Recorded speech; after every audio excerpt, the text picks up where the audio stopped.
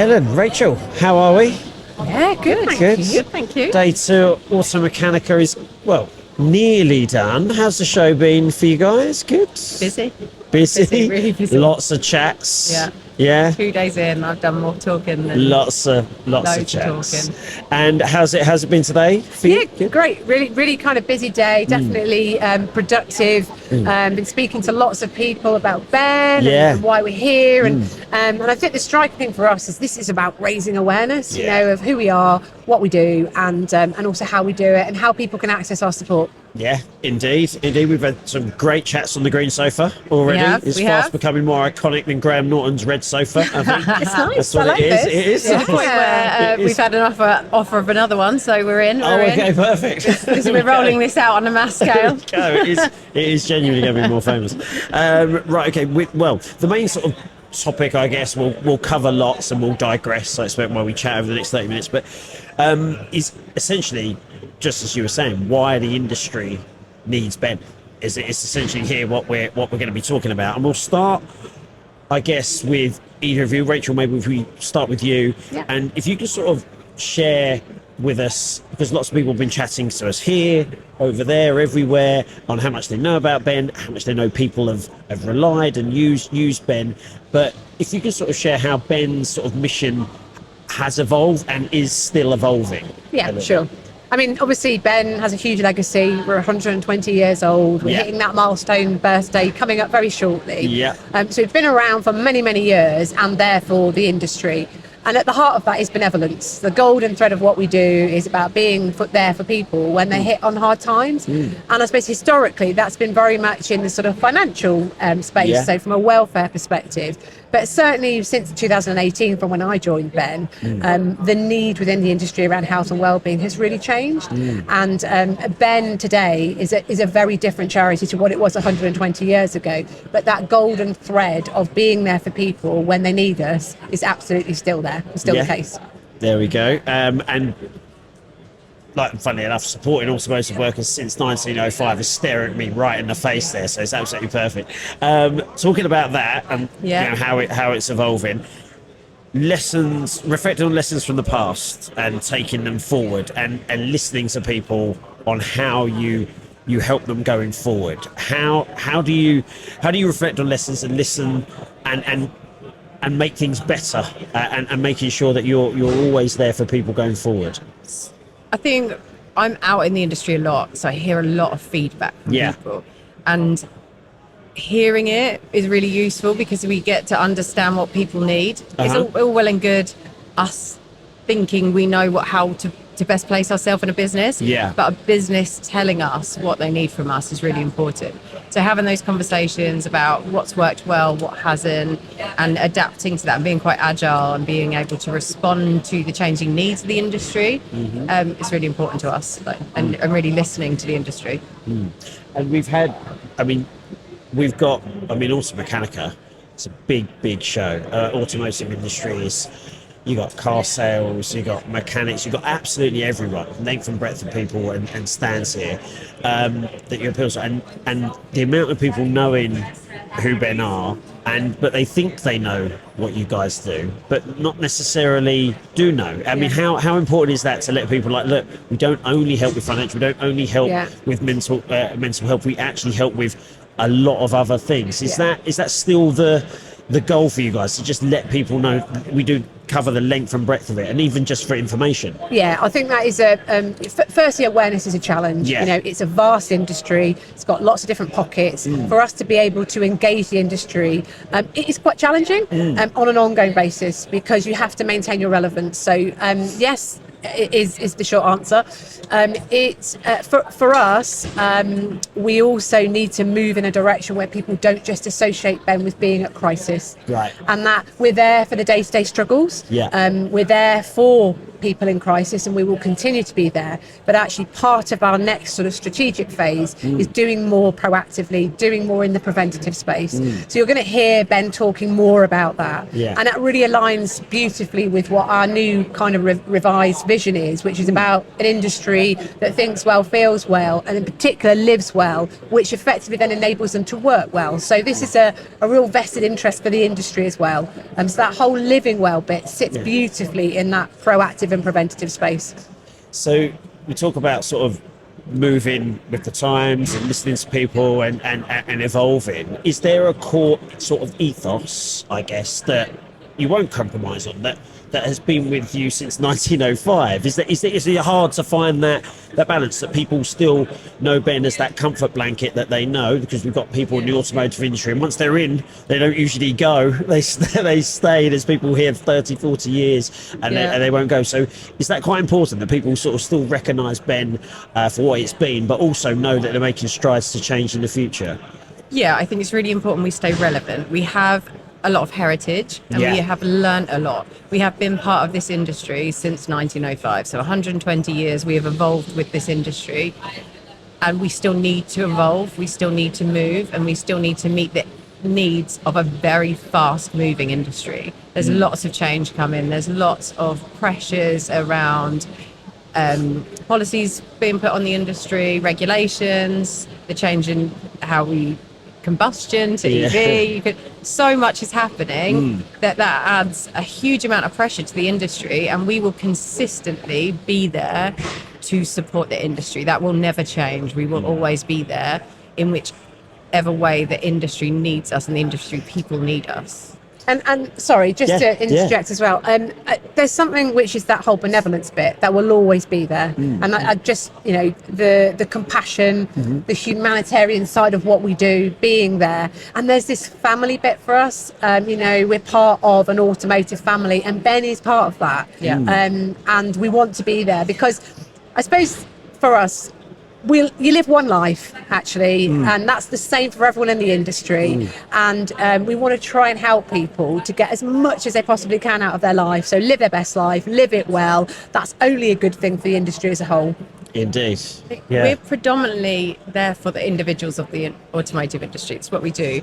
But we understand that supporting businesses to support their people will help. That will help people in the automotive industry. So we've had people on this couch talking about how they value Ben as a part of their business. It's a core part, and they partner with us. So we're really intrinsically part of their business, and they will remind their staff repeatedly of that. And that's the culture that we need to work on increasing. We can't do this on our own. We need all of the partners to get involved, and then we need them to talk about why Ben is important. It might mean so much more coming from peers. I can stand and talk about how wonderful Ben is all day, but when somebody in the industry says it, it has a lot more impact. So how then do you find, what's the most challenging thing to make sure that people realise that Ben are making meaningful, sort of impactful sort of changes to people's lives? I mean, we've heard some amazing stories just yesterday, today. They've not really been Q&As, they've been genuine discussions that I'm in awe about. And I could have gone on for about an hour, but they stopped me. But so how do you sort of get that across? Is it still real world examples? Is it still brave people sort of sharing their stories? Is that still very much the case? I think it's a very much a critical part of demonstrating our impact is the personal stories, and people effectively who have received support, having that kind of courage to be able to talk about it, because that's not easy. And we're very fortunate actually that a lot of people are very willing to do that and to tell their story, and that really helps us demonstrate our impact. But it has to be backed up as well with data, with insights, with numbers. And, I think we've come a very long way in the way that we demonstrate our charitable impact. So purely by the amount of money we spend charitably on our frontline services in supporting people, that's one way. But we have a whole host of sort of frontline measures that we use, the number of inquiries that we manage, the number of people we support, the interventions we deliver. And then we have a suite of different sort of progress, distance travelled markers, clinical outcome measures. All of these things are really, really important for us to elevate and raise visibility of the industry, because the industry likes to talk numbers too. So that's the way that we also need to talk to the industry. But that whole kind of subjective, warm, personal stories bit is just incredibly powerful because it's so relatable. Yeah, it is. And it makes the numbers real. Right. When you see these numbers on here, on the stand, and they're dotted all around the show, that's one element. And then people come and tell us how they resonate with these, how shocked they are by these. And it's those stories, and it's those people that walk away and talk about that. Like, did you know this? Our survey report, for people that love that data side, like you heard Alex Lilly earlier talking about like putting that into numbers, how powerful that is. But then backing that up with the stories makes it real.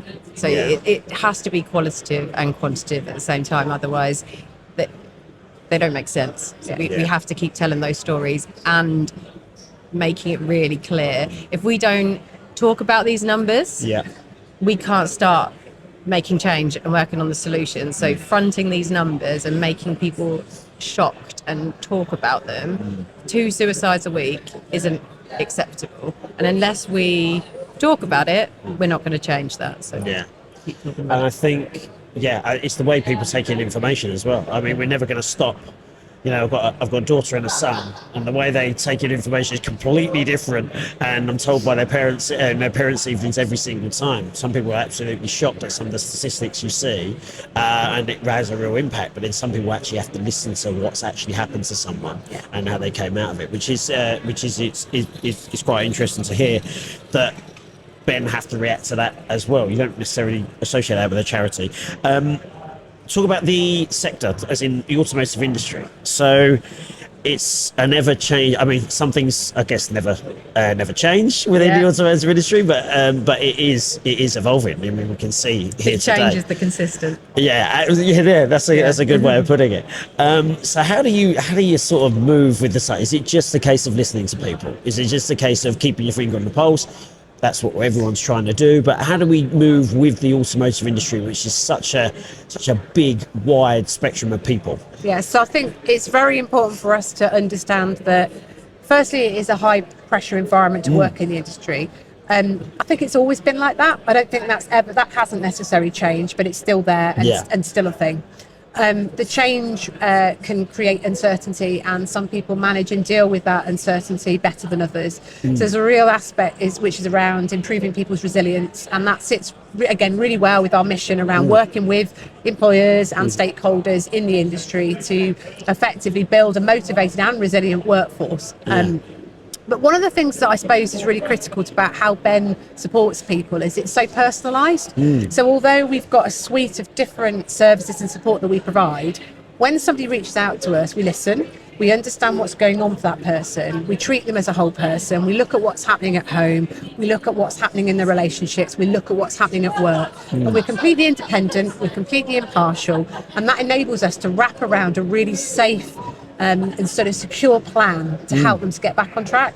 So that's no matter what is happening in the industry, we will still continue to take that personalised approach and get to the root cause of what the issues are and what the problems are. We live in a really kind of complex society, and I think we as a charity have to navigate our way around that. We have a multi-generational workforce, so therefore the things and how we provide support, whether that be through technology, whether that be through telephone or seeing people in person, people still have the option in how they are supported, and I think that's quite critical for us as well.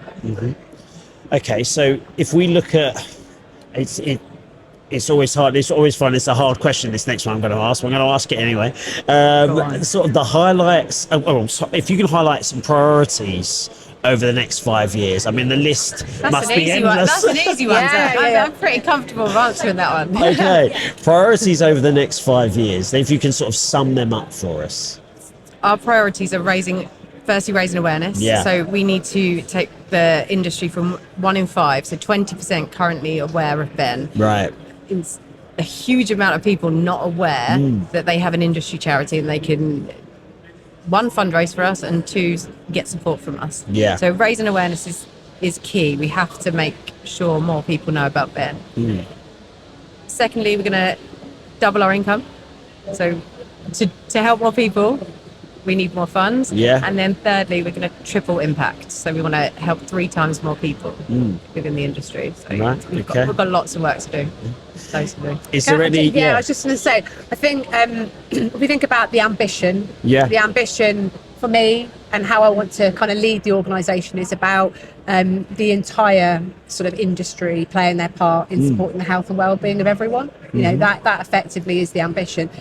That we're talking years and years, you know, it's almost one of those things of, is that ever going to be achievable? And that's a great thing for us, because we just keep going. We just keep going and doing the best and learning and continuously improving. But we cannot do it on our own. And actually, although we're the automotive industry charity, we shouldn't think that we should do that, and the industry has to play its part with us, and therefore there's that whole kind of collective responsibility.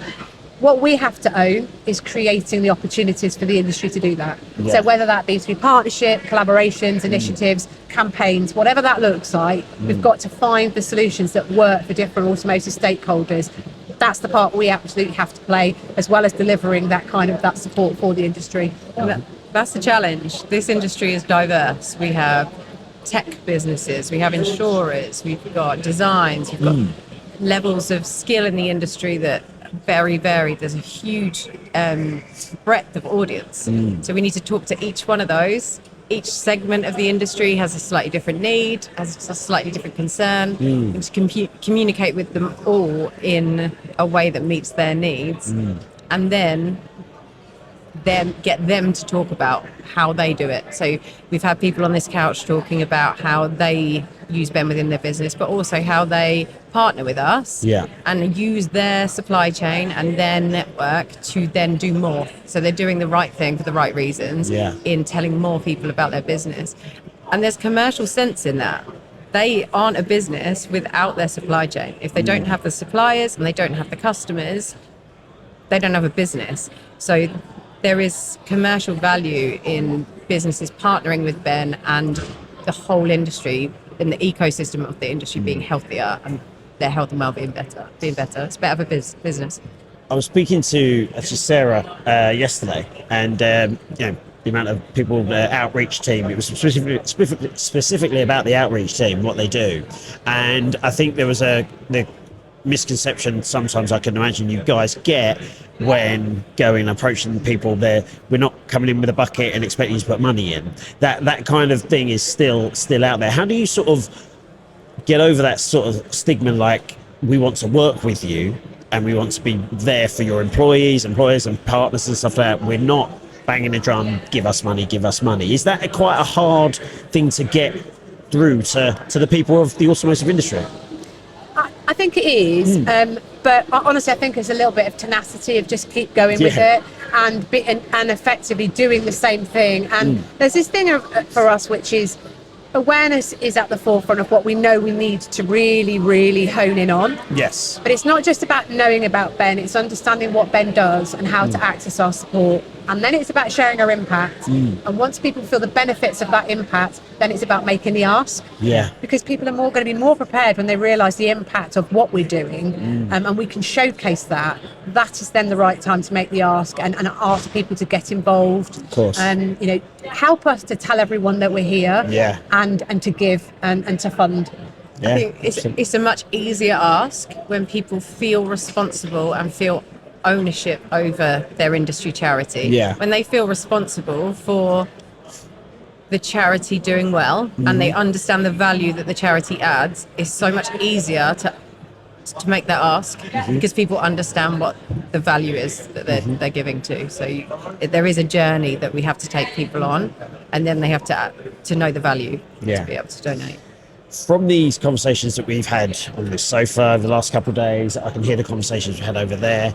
It's very much becoming the automotive industry when people are aware of people within their team that have used Ben, have lent on Ben when in a time of need or gone for some advice. It is changing the way they think. We've got bosses of, you know, MDs of companies, you know, 40, 50, even to 100, that all of a sudden are very, very empathetic. So, banging that drum through people and have it spread like that is probably the most powerful tool that you guys have got, I should imagine, having people with real life sort of experiences, which I found amazingly that I found it here at Automechanica, but I'm guessing that you must hear these stories all the single time. Is that probably the most rewarding thing about what you guys do, actually hearing these people say they've lent on Ben and this is what it's had, this is how much of an impact it's had on their lives? Yeah. So again, I spend a lot of time out in the industry. Our services are confidential. So people approach us all the time when we're out and we can refer them through to our services. I don't know what happens then. Right. But they go on their journey, which is totally confidential to them. Their employer won't know and my team won't know. So I don't get to see that journey then. Right. So the best bit is when they come back and I see them the next year at the show, or they message me on LinkedIn and say thank you, or they tell me their journey, to know that we have been able to support them. They don't have to tell me that. So that one is a really brave thing to do, like you said earlier, to come and own that. And it adds that element of reality, like to hear that somebody has come out the other side of that and we've supported them is worth every bit. Yeah, and I suppose I'm personally deeply passionate about people. Yes. And certainly passionate about people living their best life as they can. It definitely motivates me. I think it's a bit of a privilege working in the role that we do in a charity, for such a big industry as well, and an important industry in the UK. I was very fortunate before I took on the chief executive role that I worked in a kind of health and wellbeing director role, delivering all frontline services. So I was a lot closer at that point to everything we're doing, all of the personal stories. And some days are really tough, if I'm honest, because of the stories that you hear and the difficulties that people have. And then the days where you receive emails thanking us for our support. And when I literally say people talk about us changing their lives, but saving their lives, I think that's what it does for me. I'm a bit like, well, do you know what? If we're saving lives, oh my gosh, how powerful and purposeful is that? Yeah, absolutely.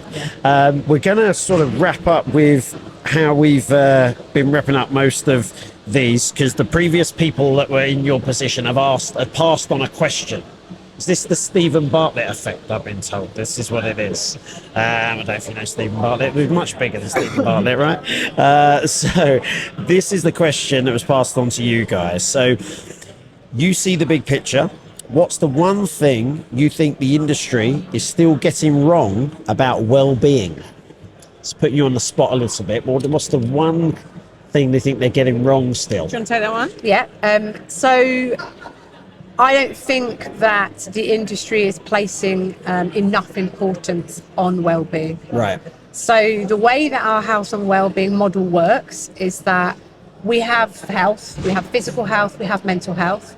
And actually what we do in our well-being space is what influences that the most, because they're both interrelated. And if you invest in well-being and doing more in that proactive and preventative space, the bottom line, so the return on that, what you spend, is much greater. So I think that the kind of bit that the industry is missing is how important it is for your bottom line. Right. Okay. I agree. Yeah. I think, totally echo it. And you can hear it from businesses across the industry, big or small, that it's hard to quantify. It's hard to quantify the return on investment for investing in your people's well-being. Yeah. But if you do it, you'll feel it. And that's a really hard message, especially when the industry is driven by data, and you have to prove that. But if you don't do it, you'll feel it. And the only other thing I would say is that the industry can get quite fixated on mental health. Yeah. Yes. And poor mental health is a byproduct of not picking up the signs of things going wrong day to day. Right. So the issue gets worse. So you might wake up feeling, a little bit down on one day, and the longer that goes on for, the more likely that is to lead to depression. Yes. And so it's the outcome. Poor mental health is an outcome, and therefore we have to treat people as whole people, not just people that have got issues around their mental health. God, Everything is interplays. Yeah. So when you're looking after things like your lifestyle, how you manage your emotions, how you manage your money, what your relationships are like at work, at home, all of those things, then things will slot into place, and that will then contribute to your physical and your mental health. There we go. Yeah. Again, one more thing, because Yeah. we're not doing one thing, are we? Yeah. We're the journey. I think if you have to accept that people are individuals, so people need different things in different ways. So tick boxing and a really structured well-being plan is great, but the nice thing that we can do is look at a whole person. We're not a cause-based charity, we're an industry charity. So when the person calls us, we can look at every aspect of their life and we can support in every aspect. So we don't have to be so linear about well-being being a list of things that we have to do. We can look at everything. So well-being plans are great, but remember that people are individual and everybody needs something different. It's not always as easy as one straight path. Right, okay. Final thing before you go, you need to pass on the question. So you are passing it on to Ross Maitland, who's joining us tomorrow. So yeah. Who is the winner of our Ben Wellbeing Award. There we go. I'll ask him. You ask him. Ross, what does well-being look like when no one's watching? It's great winning an award, but what does it look like day to day in your business? How does that play out? Right, thank you. We will pass that question on. Thank you very much again, Thank Rachel you. and Ellen. There we go. Enjoy the rest of the show.